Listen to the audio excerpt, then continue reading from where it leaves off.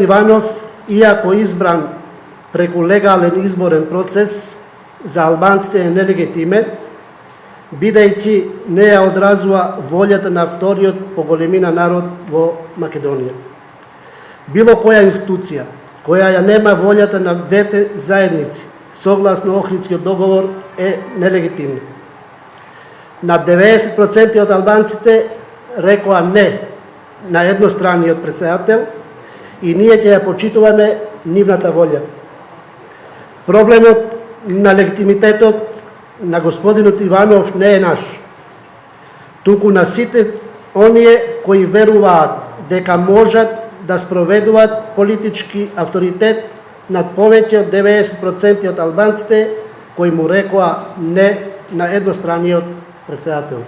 Вашата партија со политиките што ги водеше во предизборието всушност направи притисок врз вашиот електорат, врз албанците да не излезат на гласање и да гласаат за председател на држава. Тоа е ваша констатација. Никаков притиск. Тоа е ваша констатација. Добро, како ќе се одрази вашиот статус во преговорите за состав на влада? Парламентарното мнозинство е засновано на конститутивната седница на парламентот на 10 овој месец, тоест во сабота. Заедничкото соопштение за формирање нов состав на влада е даден од двете партии кои го имаат мнозинството и во тој контекст нема што се додава.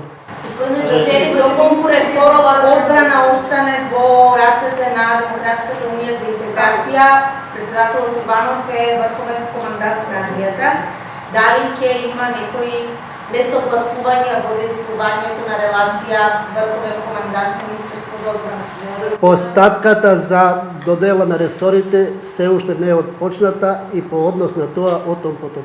Ама во овој момент вие сте тој министер за одбрана, сега како ќе комуницирате со Иванов? Ќе го почитувате ли? Да, он е врховен командант на држава. Во овој момент понатаму комуникацијата ќе се одрази врз волјата на албанците, односно според волјата на албанците мнозинство во Република Македонија. Такво е и моето однесување. Виде ли тепка новата влада? Не е делокруг на мое размислување, немам потреба за изјаснување по однос на тоа, тоа е ствар на нивна внатрешна работа. Значи, до овој момент натаму вие нема да комуницирате со Редоследот на комуникација е воспоставен и во тој однос комуникацијата не е лична, не е приватна.